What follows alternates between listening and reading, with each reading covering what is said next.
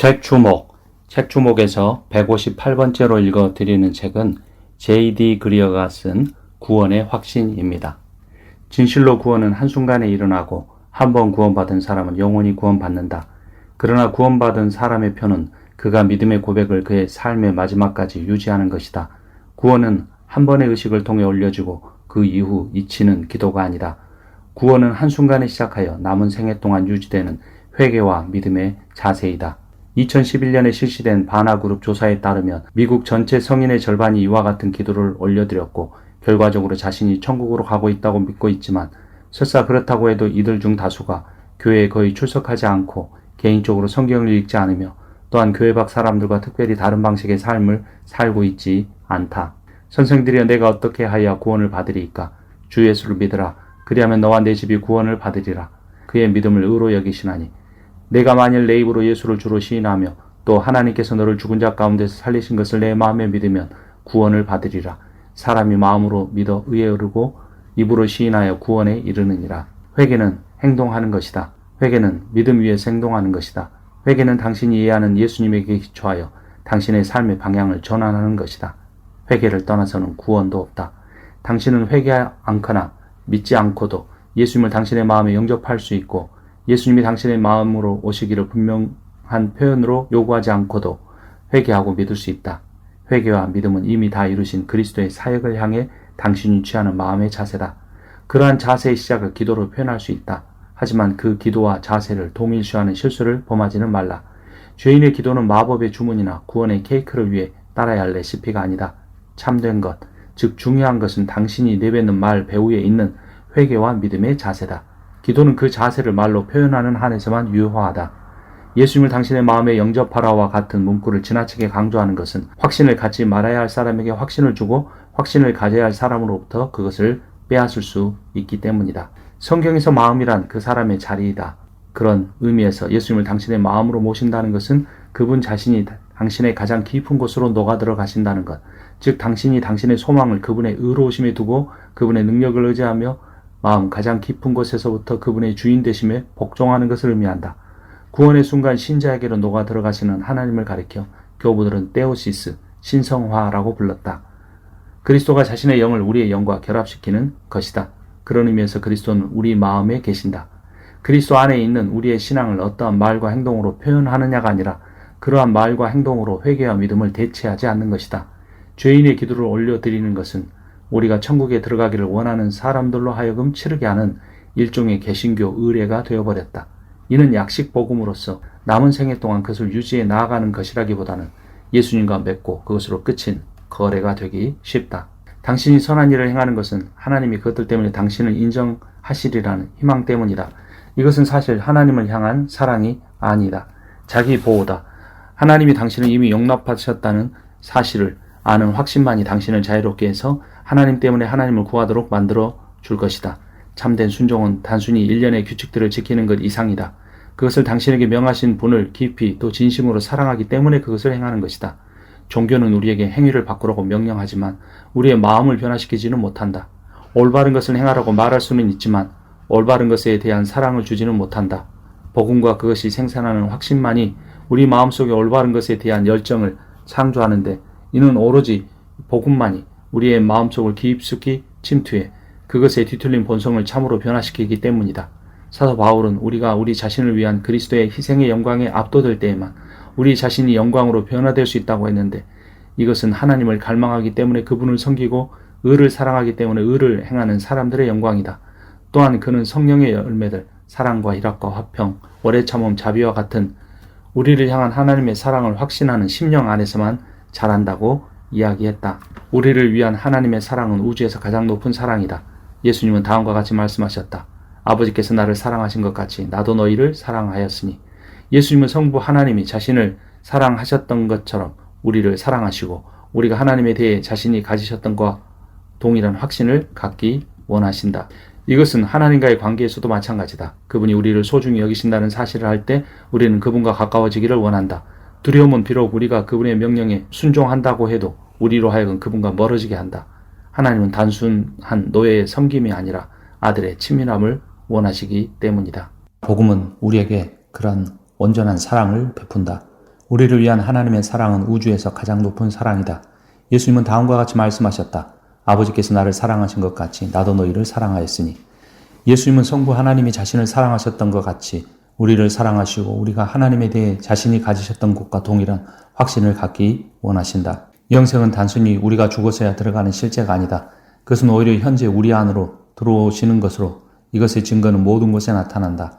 이러한 증거를 보는 것이 우리 안에 영생이 있음을 확신하도록 한다. 우리가 믿는다면 우리는 순종할 것이다. 순종하지 않는다면 믿지 않는 것이다. 또 증거는 이것이니 하나님이 우리에게 영생을 주신 것과 이 생명이 그의 아들 안에 있는 그것이니라. 영생은 우리가 우리 자신 안에 가진 무엇이 아니기 때문에 하나님이 예수 안에서 그것을 우리에게 주셔야 했는데 이것이 증거다. 예수님은 우리를 대신하여 모든 형벌을 당하심으로써 우리 죄에 대한 하나님의 거룩한 진노를 진정시키셨다. 예수님은 우리의 가치를 주장하지 않고 자신의 대속을 주장하신다. 우리에게는 용서가 합당하지 않으나 그분은 우리를 용서하시기에 합당하시다. 이것은 우리를 향한 하나님의 용서의 기초가 자비가 아닌 공의이기 때문이다. 예수님은 우리 죄의 모든 대가를 지불하셨고 그 결과 조금의 심판도 남아있지 않다. 예수님은 하나님의 공의를 완전히 성취하셨다. 예수님은 하나님의 심판을 전부 당하셨다. 내게 남아있는 것은 이제 용납되는 일뿐이다. 성경은 그저 믿으라고 하는 것처럼 보인다. 하지만 이것이 전부일까?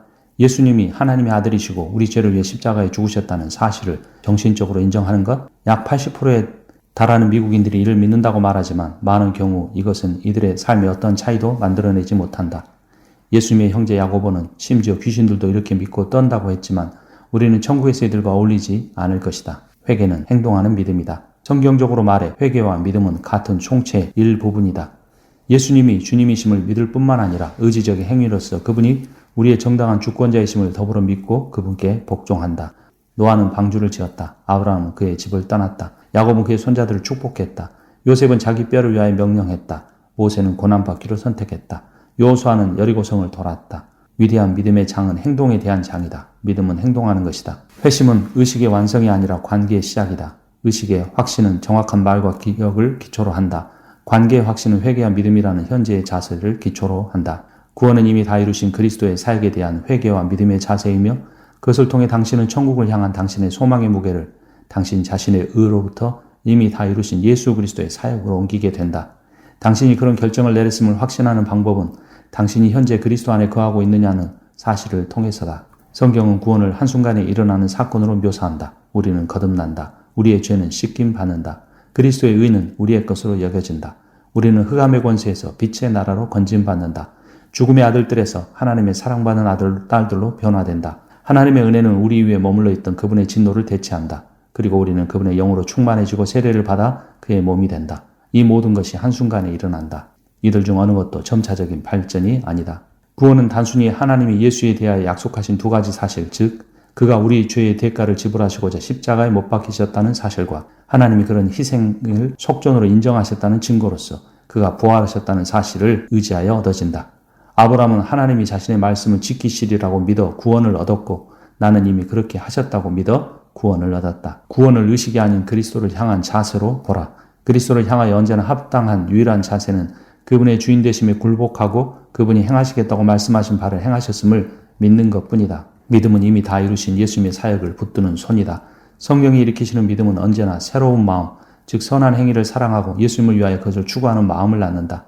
성령이 일으키시는 믿음이 이와 같은 선한 행위로 인도하지 않기란 불가능하고 따라서 선한 행위가 없다면 참된 믿음도 없다. 하지만 이 선한 행위가 믿음 자체와 동일한 것은 아니다. 믿음의 유일한 대상은 그리스도가 완수하신 사역이다. 믿음은 그것이 생산하는 선한 행위를 의지할 수 없다. 믿음은 그 자신조차도 의지할 수 없다. 그리스도 외에 다른 곳을 바라보는 믿음은 확신이 아닌 끊임없는 의심의 빌미를 찾을 것이다. 이미 다 이루신 그분의 사역을 전적으로 의지할 때에만 불안한 영혼이 평화를 찾을 수 있다. 예수님이 절대적인 주님이시라는 사실을 인정할 때 회개가 일어난다. 이것만이 하나님을 향한 올바른 유일한 자세다. 이것은 예수님이 복음을 전파하실 때 요구하신 첫 번째 반응이었다. 베드로 입에서 가장 먼저 나온 말도 회개하라 였다. 바울의 말에 따르면 예수님의 부활로 말미암아 하나님께서 이제든 회개를 떠나서는 하나님과의 화목도 없다. 회개는 믿음에 뒤따르는 것이 아니다. 믿음의 일부다. 이것은 행동하는 믿음, 즉 죄의 깨달음으로부터 흘러나온 선택이다. 회개의 문자적 의미는 예수님에 대한 마음의 변화다. 회개는 단순히 당신의 행동을 변화시키는 것이 아니다. 예수님의 권위와 영광에 대한 당신의 태도가 변했기 때문에 당신의 행동 역시 변화되는 것이다. 믿음과 회개는 너무나도 긴밀히 연결되어 있다. 아들을 믿는 자에게는 영생이 있고 아들에게 순종하지 아니하는 자는 영생을 맛보지 못하고, 회개는 이렇듯 예수님이 주님이심을 인정하는 태도다. 이제 더 이상 당신은 발언권이 없다. 당신은 그분이 우주의 절대적이고 정당한 통치자 되심을, 그리고 자신이 스스로를 다스릴 권한이 있는 것처럼 살아온 사람들이 우주적인 반역을 범했음을 인식한다. 충분히 단순하지 않은가? 하나님은 순종을 제사보다 더 기뻐하신다. 바람 피우는 남편이 아내를 위해 값비싼 선물을 구입하는 것, 순종하지 않은 자의 제사와 같은 것이다. 부정을 인정하기 위함이 아니라 그것을 은폐하기 위함이기 때문이다. 회개는 당신의 일관성 없고 나누어진 마음을 변화시켜 달라는 하나님을 향한 간청이다. 우리는 늘 회개하나 다시 죄로 돌아간다. 그럼에도 불구하고 다시 회개해야 한다. 의인은 7번 넘어질지라도 다시 일어나려니와, 의인은 결코 넘어지지 않는 사람이 아니라 언제나 다시 일어나는 사람이다. 믿음은 의심의 부재가 아니다. 의심 가운데서도 예수님을 지속적으로 따르는 것이다. 우리는 죄와 투쟁하면서도 지속적으로 예수님을 따른다. 회개는 우리를 더 큰 투쟁의 삶으로 인도하지 그것으로부터 끌어내지 않는다. 많은 사람이 회개를 단순히 나쁜 일을 멈추고 명령 어기를 그치고 그만하는 것으로 해석한다.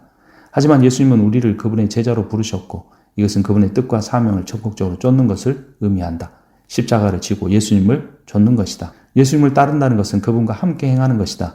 그분과 함께 행하는 것은 그분을 사랑하고 섬기고 이 땅에서 그분의 정의와 자유를 추구하는 것이다. 회심할 때 하나님은 당신의 영적인 욕구를 변화시킨다. 당신은 죄가 아니라 의를 갈망하기 시작한다.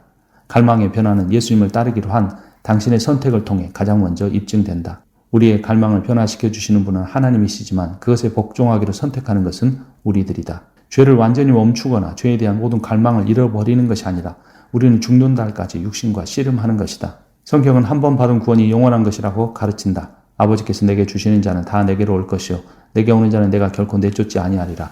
나를 보내신 이의 뜻은 내게 주신 자 중에 하나도 잃어버리지 아니하고, 하나님이 미리 아신 자들을 또한 그 아들의 형상을 본받기 위하여 미리 정하셨으니 미리 정하신 그들을 또한 부르시고 부르신 그들을 또한 의롭다 하시고 의롭다 하신 그들을 또한 영화롭게 하셨느니라. 하지만 바울은 회심자들의 믿음이 퇴색하는 것을 염려했다. 이러므로 나도 참다 못하여 너희 믿음을 알기 위하여 그를 보내온노니 이는 혹 시험하는 자가 너희를 시험하여 우리 수고를 헛되게 할까 함이니, 너희는 하나님의 은혜에 이르지 못하는 자가 없도록 하고 또 쓴뿌리가 나서 괴롭게 하여 많은 사람이 이로 말미암아 더럽게 되지 않게 하며, 형제들아 너희는 상과 너희 중에 누가 믿지 아니하는 악한 마음을 품고 살아계신 하나님에게서 떨어질까 조심할 것이요 오직 오늘이라 걷는 동안에 매일 피차 권면하여 너희 중에 누구든지 죄의 유혹으로 완고하게 되지 않도록 하라. 우리가 시작할 때 확신한 것을 끝까지 견고히 잡으면 그리스도와 함께 참여한 자가 되리라. 우리가 타락한다면 결코 구원받지 못할 것이라는 이 경고들은 액면 그대로 받아들여야 한다. 하지만 참으로 구원받은 자들은 구원을 이룰 수가 없기 때문에 우리의 결론은 이런 경고를 듣지 못하는 것은 애초에 참으로 구원하는 믿음을 소유하지 못했다는 사실을 드러내는 것이다. 그것이 아니면 이 모든 구절이 어떻게 사실이겠는가? 한번 빛을 받고 하늘의 은사를 맛보고 성령에 참여한 바가 되고 하나님의 선한 말씀과 내세의 능력을 맛보고도 타락한 자들은 다시 새롭게 하여 회개하게 할 수 없나니 이는 그들이 하나님의 아들을 다시 십자가 못 박아 드러내놓고 욕되게 함이라. 전체 회중에는 참된 회심을 경험하지 않고도 운동에 휘말리는 사람들이 있다. 이들은 흥분하고 노래를 배우고 죄인의 기도를 올려드리고 쇠례를 받고 심지어 선교에도 참여할 수 있지만 예수 그리스도를 개인적으로 깊이 받아들이는 것으로는 전혀 이어지지 않는다. 이들의 열정은 시간을 두고 발해간다. 운동에는 추종자가 있다. 참된 신자가 되는 이들도 있고 단순히 보이는 것과 흥분에 휩쓸리는 이들도 있다. 시간만이 그 차이를 드러낼 것이다. 예수님의 비유에서 오래가지 못한 식물들이 산증하는 것은 구원받은 사람들일까? 구원받지 못한 사람들일까? 이들은 얼마간 구원받은 사람처럼 보인 구원받지 못한 사람들이다. 예수님에 따르면 이 사람들은 잠깐 믿다가 시련을 당할 때 배반하는 자들이다. 이들의 시작은 열심과 열렬한 헌신으로 유망했으나 결국은 시들었고 버림받는다. 시들어 버리는 믿음은 그것의 첫 열매가 얼마나 달콤하든 간에 구원하는 믿음이 아니다. 예수님을 당신의 마음에 영접하여 기도를 올려드리는 것, 심지어 그것이 감정의 소란과 종교적 열정을 동반한다고 해도 그것은 당신이 구원받았다는 증거가 아니다. 끝까지 그 믿음 안에서 견디는 것이 증거다. 한번 받은 구원은 영원한 구원이라고 말하는 것은 부정확하지 않다. 다만 불충분할 뿐이다. 한번 받은 구원은 영원한 구원이라는 말은 사실이다. 하지만 한번 받은 구원은 영원한 따름이라는 말 역시 사실이다. 모든 그리스도인은 타락한다. 엄밀히 말해 당신이 죄를 지을 때마다 당신은 타락한다. 나는 매일 수십 번씩 죄를 짓는다. 그렇다고 내가 구원받지 못하는 것은 아니다. 신자로서 우리는 남은 생애 동안 내지 않은 죄와 싸울 것이다. 위대한 성인들도 그와 같은 씁쓸하고 성공적이지 못한 죄와의 싸움을 경험했고 이것은 이들을 거의 절망으로 이끌었다. 아마도 당신은 다음에 찬송 작사가처럼 소리치고 싶을 것이다. 우리 마음은 연약하여 범죄하기 쉬우니 하나님이 받으시고 천국인을 치소서. 너희는 정말로 믿음 안에 있는가 너희 자신을 시험하라. 당신이 거듭났다는 또 다른 증거는 당신이 다른 사람들 특히 신자들을 사랑하기 시작했다는 것이다. 우리는 형제를 사랑함으로 사망에서 옮겨 생명으로 들어간 줄을 알거니와 사랑하지 아니하는 자는 사망에 머물러 있느니라. 그 형제를 미워하는 자마다 살인하는 자니 살인하는 자는 영생이 그 속에 거하지 아니하는 것을 너희가 아는 바라. 그가 우리를 위하여 목숨을 버리셨으니 우리가 이로써 사랑을 알고 우리도 형제들을 위하여 목숨을 버리는 것이 마땅하니라. 자신을 향한 그리스도의 사랑을 경험하고도 그것이 다른 사람들 특히 예수를 향한 우리의 사랑과 그분의 은혜의 경험을 공유하는 이들을 향해 넘쳐나지 않기란 불가능하다. 성경은 다른 사람들을 사랑하는 것이 당신이 정말로 복음을 이해했다는 증거로까지 이야기한다. 1만 달란트라는 거대한 액수의 빚을 탕감받고도 100달란트의 빚진 자를 용서하지 못했던 사람은 진정한 구원받지 못한 자이다. 그는 그 사랑의 빚을 다 갚을 때까지 감옥에서 나올 수 없는 영원한 노예가 되고 말았다. 나는 내 선한 마음이 나의 의를 더 낫게 할 수 없고 나의 사슬은 정말로 즉시 풀렸다. 나는 나의 고통과 속박으로부터 노임받았다. 나의 의심은 도망했다. 나는 즉시 하나님의 은혜와 사랑을 기뻐하면서 집으로 돌아왔다. 아버지 앞에서의 예수님의 지위가 안전하기 때문에 예수님 앞에서의 우리의 지위 역시 안전하다. 당신의 마음이 너무나도 약해 거듭났다고 도저히 느껴지지 않을 때 당신이 그리스도와 함께 십자가에 못 박혔고 그분이 당신의 죄를 영원히 옮기셨다는 사실을 즐거워하라. 예수를 나의 구주 삼고 성령과 피로써 거듭나니 이 세상에서 내 영혼이 하늘의 영광 누리도다. 온전히 주께 맡긴 내 영 사랑의 음성을 듣는 중에 천사들 왕래하는 것과 하늘의 영광 보리로다. 주 안의 기쁨 누림으로 마음의 풍랑이 잔잔하니 세상과 나는 간 곳 없고 구속한 주만 보이도다. 이것이 나의 간증이요 이것이 나의 찬송일세. 나 사는 동안 끊임없이 구주를 찬송하리로다.